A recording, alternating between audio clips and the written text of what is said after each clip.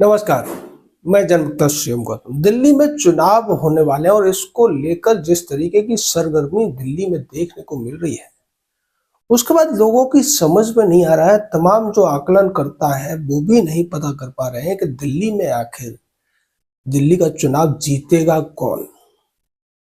इसको लेकर अरविंद केजरीवाल जो दिल्ली के पूर्व मुख्यमंत्री हैं, वो अपने एक पुराने हथियार का इस्तेमाल बड़े ही महारत के साथ करते हुए नजर आ रहे हैं। और यही वो हथियार है जिसमें उन्हें महारत हासिल है। इसको चलाने में वो इतने बड़े महारथी हैं कि कई दूसरी पार्टियों के जो ज्यादातर वंशवादी पार्टियां हैं, उनके जो नए नवेले नेता हैं, वो इस मामले में केजरीवाल को अपना गुरु मानते हैं और केजरीवाल से सीखे हुए गुरु के द्वारा ही उन्होंने अपनी पार्टियों को मजबूत करने में इस हथियार के द्वारा कामयाबी भी हासिल की है। क्या है केजरीवाल का ये हथियार? और इसी एक हथियार के माध्यम से दिल्ली के आने वाले चुनावों से पहले अरविंद केजरीवाल तमाम लोगों के ऊपर वार कर रहे हैं। वो बीजेपी के तमाम नेताओं पर उसी हथियार से वार करते हैं। उसी हथियार के माध्यम से अरविंद केजरीवाल और उनकी पार्टी की जो मुख्यमंत्री हैं या जो दूसरे नेता हैं, वो कांग्रेस के तमाम नेताओं पर वार करते हैं।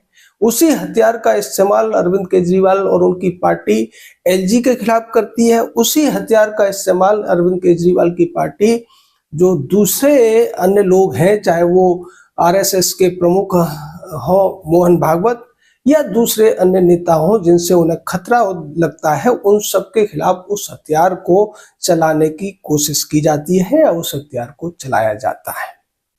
अब आप कह रहे होंगे ऐसा कौन सा एक हथियार है जिसके माध्यम से अरविंद केजरीवाल इतना बड़ा कारनामा करते हुए नजर आ रहे हैं। जी हाँ, ये हथियार है झूठ और प्रपंच का हथियार। हम सबूतों के साथ आपको बताएंगे और इसको लेकर पुराना जो बैकग्राउंड है अरविंद केजरीवाल का, उसको भी आपको बताने की कोशिश करेंगे। अरविंद केजरीवाल ने जब से अपना ये सब करियर शुरू किया, आज से 20 साल पहले से, जब वो ज्यादा लाइमलाइट में आए थे, तब उन्होंने इस हथियार को चलाना शुरू किया। वो तमाम ऐसे झूठे वादे और प्रपंच कर करके अपने आप को मीडिया की लाइमलाइट में लाते रहे। और उसके लिए उन्होंने एक दूसरा तरीका भी अपनाया कि अपने जो भी उनके एनजीओ हुआ करते थे, उन सभी एनजीओ में जो जर्नलिज्म की बैकग्राउंड वाले लोग थे, उनको या तो उन्होंने अपना साथी बना के रखा या अपना कर्मचारी बनाया या इंटर्न के तौर पर उनको अपने साथ रखा। ये सिलसिला तब से शुरू हुआ जब से उन्होंने पहले मनीष सिसोदिया को साथ में लिया, अभिनंदन सीकरी को साथ में लिया और भी तमाम मीडिया के जैसे साजिया इल्मी को भी इसी वजह से उन्होंने साथ जोड़ा था। और जो बाद में उन्होंने और दो एनजीओ बनाए, पीसीआरएफ और कबीर परिवर्तन, उनका पहले से एनजीओ था, उनमें ज्यादातर ऐसे ही लोगों को रखा गया जो मीडिया बैकग्राउंड के हैं, यानी कि जो अच्छी तरीके से जानते हैं कि किस तरीके से पब्लिक सेंटिमेंट को ऑप्टिमाइज किया जाता है, पब्लिक के बीच में सुर्खियां कैसे बनाई जाती हैं, कैसे जो लाइमलाइट है मीडिया की वो खींची जाती है। और इसी का बखूबी इस्तेमाल करते हुए उन्होंने अपनी पार्टी बनाने के बाद भी तमाम मीडिया बैकग्राउंड वाले लोगों को ही अपने साथ जोड़कर रखा था। आपको याद होगा, आशुतोष गुप्ता आज तक छोड़कर आए थे और उसके साथ ही एनडीटीवी के रवीश कुमार के भी पार्टी ज्वाइन करने की उस समय बड़े जोर शोर से चर्चा थी। लेकिन जब आशुतोष गुप्ता और जो योगी यादव यानी कि सलीम योया थे या प्रशांत भूषण, इनको अरविंद केजरीवाल ने राज्यसभा नहीं भेजा, तो रवीश कुमार को भी ये डर सताने लगा कि अगर मैं पार्टी छोड़ के गया तो मुझे राज्यसभा मिलेगी या नहीं, मेरा कितना फायदा नुकसान होगा। इसलिए रवीश कुमार ने इस्तीफा देना उचित नहीं समझा।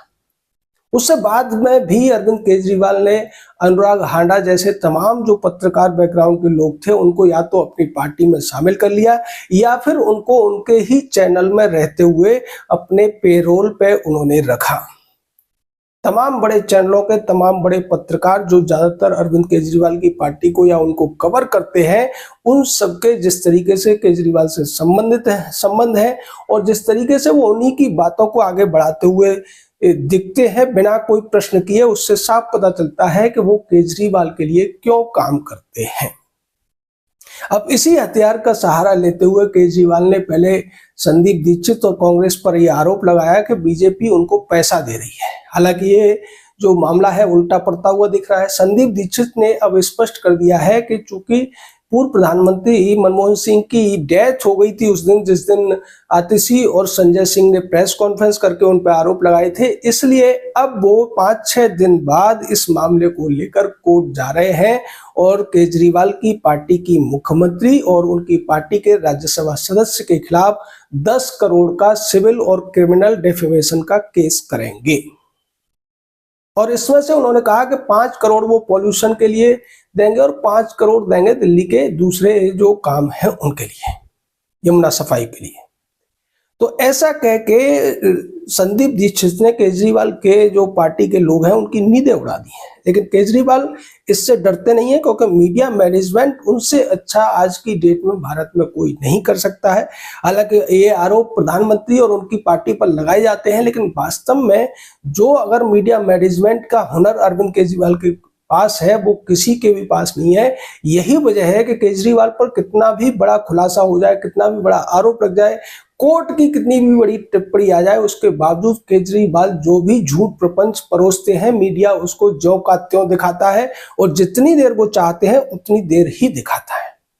यही वजह है कि पिछले कई दिनों से सीएजी रिपोर्ट के लिए जब से विधानसभा का सत्र बुलाने की बीजेपी मांग करती है, उसको बड़ी आसानी से केजरीवाल की पार्टी के विधानसभा अध्यक्ष रामनिवास गोयल ने बड़ी आसानी से टाल दिया। जबकि ये जो सीएजी रिपोर्टें हैं ये पिछले 10-11 साल से विधानसभा में नहीं रखी गई हैं, क्योंकि इनमें केजरीवाल की 11 साल की जो काली कमाई है उसका कच्चा चिट्ठा है। और इसी वजह से केजरीवाल हर किसी के ऊपर इस झूठ प्रपंच का सहारा लेके आरोप लगाते हैं या सुर्खियों में रहने के लिए चिट्ठीबाजी का नाटक करते हैं। एक तरफ केजरीवाल आरएसएस प्रमुख को चिट्ठी लिख के तमाम आरोप लगाते हैं, बीजेपी के ऊपर तमाम झूठे दावे करते हैं। दूसरी तरफ केजरीवाल की पार्टी की मुख्यमंत्री एलजी के ऊपर आरोप लगाती है कि वो दिल्ली के अंदर तमाम जो धार्मिक स्थान है, धार्मिक केंद्र हैं, उनको तोड़ने की आदेश दे रहे हैं, उसको न तोड़ा जाए। जबकि ऐसा कुछ भी नहीं हो रहा है, इसका स्पष्टीकरण भी एलजी कार्यालय से दे दिया गया है। लेकिन आप जानते हैं हमारे देश में कि जब कोई भी झूठी साची खबर पहली बार ब्रेक होती है तो उसको बड़े स्तर पर छापा जाता है और उसके खंडन को बीच के कहीं जगह दे दी जाती है, जिससे लोगों को केवल सुर्खी याद रहती है। बीच में अगर वो खबर खारिज भी कर दी जाए तब भी लोग उसको लेकर हंगामा करते रहते हैं। ऐसा आपने अभी भी देखा जब गृह मंत्री ने संसद में एक कार्यवाही के दौरान कुछ बातें कही थी, उनके 1.5 घंटे के पूरे वक्तव्य में से 12 सेकंड काटकर यह दिखाने की कोशिश की गई कि गृह मंत्री ने डॉक्टर BR अम्बेडकर का अपमान किया है। जबकि वास्तविकता यह थी कि वो उन बातों का जिक्र करके कांग्रेस के द्वारा डॉक्टर BR अम्बेडकर के किए गए अपमान का खुलासा कर रहे थे। यानी कि अगर आप कुछ भी बोलेंगे तो मीडिया मैनेजमेंट के माध्यम से केजरीवाल जैसे लोग उसको अपने हिसाब से मैनिपुलेशन करके लोगों का ब्रेन वॉश करके आपके खिलाफ उन्हें भड़का सकते हैं। और यही सब केजरीवाल करने की कोशिश कर रहे हैं। तमाम जो योजनाओं की घोषणा उन्होंने की वो भी सिर्फ इसलिए कि इससे ये चर्चा का विषय बने, मीडिया में सुर्खियां बने और इससे लोग इस पर चर्चा शुरू कर दें और उनके लालच में आकर उनको एक बार फिर से दिल्ली की कमान सौंप दें, जिससे वो आगे आने वाले दिनों में अपना और भी ज्यादा विकराल रूप दिखाकर भ्रष्टाचार का अंबार लगा सकें। ये जो झूठ प्रपंच का हथियार है, केजरीवाल इसको इतनी अच्छी तरीके से इस्तेमाल करते हैं और इसमें उनके सहायक बनते हैं मीडिया के तमाम बड़े बड़े चैनल, तमाम बड़े बड़े तथाकथित पत्रकार जो वास्तव में प्रपंचकार ही हैं।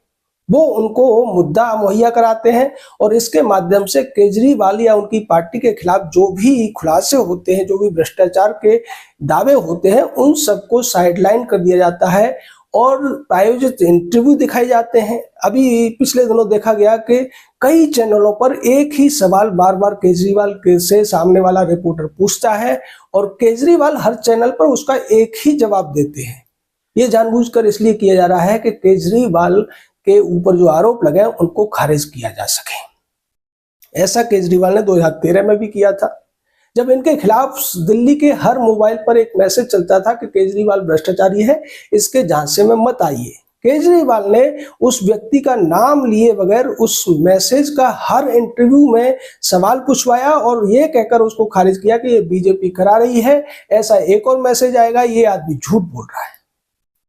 और मीडिया वाले बगैर किसी जांच के, जबकि उनको पता था कि जो मैसेज चल रहा है न वो बीजेपी का है बल्कि एक पुराने आंदोलनकारी का है जो तन मन धन देकर अपना जंतर मंतर पर अनशन पर बैठा था अन्ना हजारे के साथ में, और रामलीला मैदान में भी वो व्यक्ति था, और उसके डर से अरविंद केजरीवाल का पूरा जो गिरोह था वो डरता था। ये सारे मीडिया के बड़े बड़े पत्रकारों को पता था। उसके बावजूद जब केजरीवाल ने उस समय के मैसेज को खारिज किया, तब किसी ने भी चू नहीं की और ना ही किसी ने उस व्यक्ति से पूछने की कोशिश की कि केजरीवाल आपके ऊपर ऐसा आरोप लगा रहे हैं। यही है केजरीवाल की इस कला का राज। और ऐसा लगता है कि दिल्ली वालों ने अगर अपने लालच को, अपने भ्रम को और अपने जो बहकावा केजरीवाल के द्वारा किया जा रहा है उसको अगर सही तरीके से नहीं रोका, तो अगली बार आने वाले दिनों में मीडिया मैनेजमेंट और इस कला के मार्फत केजरीवाल फिर से दिल्ली वालों को झांसा देने में कामयाब हो जाएंगे। लेकिन हालांकि केजरीवाल की पार्टी में खलबली मची हुई है कि कांग्रेस उनके खिलाफ जिस तरीके से हमलावर है, कहीं उनकी पोल न खुल जाए। और यही वजह है कि हर रोज केजरीवाल और उनकी पार्टी एक नया ड्रामा कर रही है। कभी कोई चिट्ठी लिखता है, कभी कोई नया वादा किया जाता है, कभी कोई नई स्कीम निकाली जाती है, कभी किसी का रजिस्ट्रेशन किया जाता है, कभी किसी को पैसा देने की बात की जाती है। तो ये तब तक चलता रहेगा जब तक दिल्ली में चुनावों की घोषणा नहीं हो जाती है, चुनाव की अधिसूचना जारी नहीं हो जाती है। तब तक आप केजरीवाल के इस हथियार का आनंद लीजिए और देखिए कि इस हथियार का अगला निशाना कौन होता है। जय हिंद, जय भारत।